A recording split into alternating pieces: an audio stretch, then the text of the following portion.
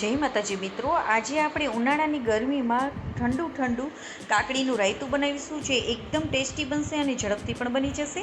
તો આપણે બનાવવાનું શરૂ કરીએ. તેની માટે મેં અહીંયા 1 કપ જેટલું દહીં લઈ લીધું છે. આપણે દહીંને થોડું મોડું જ લેવાનું છે, જેથી તેનો ટેસ્ટ સરસ આવશે. અને 1 ચમચી જેટલી મેં અહીંયા ખાંડ નાખી દીધી છે અને તેને સરસ એક રસ કરી લેશું. તેને હલાવી અને એકદમ એક રસ કરી લેવાનું છે. તે થઈ જાય એટલે મોટી 4 ચમચી જેટલી મેં અહીંયા કાકડીને ઝીણી સમારી લીધી છે, તે નાખી દઈશું. તમે ખમણેલી કાકડીને ખમણીને પણ નાખી શકો છો. તો મેં અહીંયા 4 ચમચી નાખી દીધી છે. સાથે આપણે અહીંયા એક ઝીણું સમારેલું મરચું એડ કરી દેવાનું છે. સાથે મેં આખી રાઈને થોડી ખાંડી લીધી છે, તે નાખી દઈશું. તેનાથી તેનો ટેસ્ટ એકદમ સરસ આવશે. અને 1 ચમચી જેટલો આપણે શેકેલા જીરાનો પાવડર અને કાળા મરીના ભૂકાને એડ કરી બધાને સરસ રીતે મિક્સ કરી દેવાનું છે.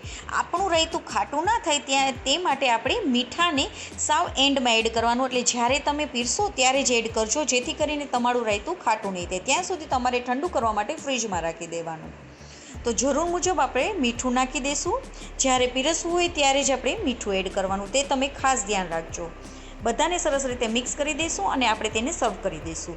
સર્વ કરો પછી ઉપરથી ગાર્નિશિંગ માટે કાકડીના કટકાને ઉપરથી નાખવા, થોડા કોથમીરને સ્પ્રિંકલ કરી દેવી અને શેકેલા જીરાને પાવડરને પણ સ્પ્રિંકલ કરી દેવો અને થોડી નાયલોન સેવ પણ નાખવી.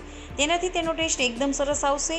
તો આપણું કાકડીનું ગરમીમાં ઠંડુ રાયતું રેડી થઈ ગયું છે. અને જો તમને આ રેસીપી ગમી હોય તો લાઇક કરવાનું બિલકુલ ના ભૂલશો. અને તમે મારી ચેનલમાં નવા હોય તો સબસ્ક્રાઈબ કરજો, કારણ કે સબસ્ક્રાઈબ કરવાનું બિલકુલ ફ્રી છે.